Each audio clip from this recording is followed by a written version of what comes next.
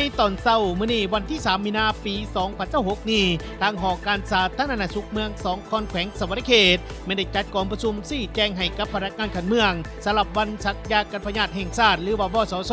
โต้ตอบพยาธิโปลิโอหรือว่าพยาธิเปรอยให้กลุ่มเป้าหมายนับแต่อายุ0 59 เดือนขึ้นอยู่ที่หอประชุมของหอการสาธารณสุขเมืองโดยเป็นเกียรติเข้าร่วมจากท่านขับผันอิทธวงศ์ประธานคณะกรรมการปกครองเมือง2คอนท่านดร.นางวาสนาวันดีดอนสวรรค์หัวหน้าหอการสาธารณสุขเมือง2คอนประธานหัวหน้าคณะหอการองค์การที่เกี่ยวข้องขันเมืองมีแนวเราสั่งศาสตร์มีคณะโฆษณาพมเมืองศึกษาธิการและกีฬาและสหพันธ์แม่หญิงเมืองมีประธานหัวหน้าคณะโรงหมอชุมชนเมืองหัวหน้าคณะโรงหมอหน่อยในแต่ละแห่งทั้งหมดในทั่วเมือง2คอนรวมถึงพนักงานแพทย์หมอที่รับผิดชอบเวียกงานพิเศษเฉพาะไม่ได้เข้าร่วมซึ่งกองประชุมครั้งนี้เป็นกองประชุมชี้แจงแนะนำทางด้านวิชาการและวิธีการจะตั้งปฏิบัติในวันชักยากันพยาธิแห่งชาติหรือว่าบสช.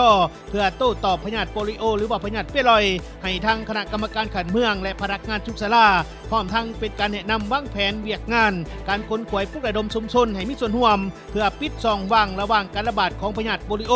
และเสริมสร้างภูมิคุ้มกันในชุมชนด้วยการหยอดวัคซีนโปลิโอให้กลุ่มเป้าหมายเด็กอายุรุ่ม5 ปีทุกคนในทั่วเมือง2คอนและเพื่อหลีกเลี่ยงการเจ็บเป็นและการเป็นพยาธิระบาดการเสียชีวิตย้อนพยาธิที่ป้องกันด้วยการซักวัคซีนและเพื่อรักษาสุขภาพของแม่หญิงถือผ้าให้ปลอดภัยในเวลาเกิดลูกสำคัญในกองประชุมครั้งนี้แม่แน่ใจเพื่อเตรียมความพร้อมให้แก้กระบวนการซักวัคซีนกันพยาธิแห่งชาติหรือว่าบสช.